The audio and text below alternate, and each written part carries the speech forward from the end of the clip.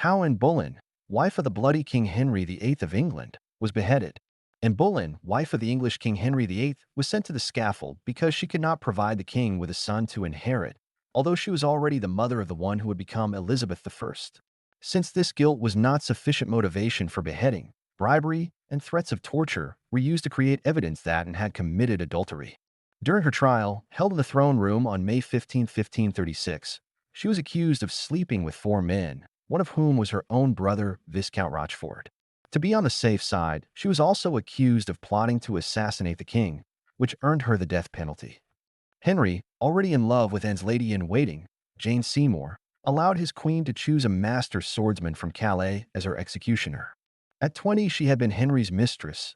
At 26, she had become his queen, and now, at 29, she was to be his victim. On May 19th, just after noon, Anne mounted the scaffold wearing a fur-trimmed gown over a scarlet petticoat and her hair in a tight braid hidden under a pearl-embroidered bonnet. In her speech on the scaffold, she refused to condemn her accusers or criticize the king, saying, "I pray the Lord preserve the king and give him a long reign over you, for there never was a gentler or more merciful prince."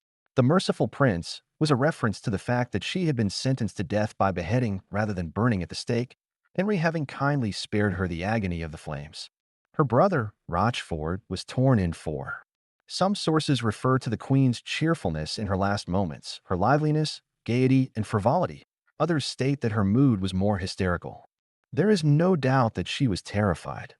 The lieutenant of the Tower of London, Sir William Kingston, assured her that if the execution was successful, there would be no pain. "It is so subtle." She replied, "The executioner is very skilled, and I have a weak neck." The sword was long and heavy, wielded with two hands, of the type used for beheadings in Germany for centuries, and no but was used to stop the downward momentum of the sword.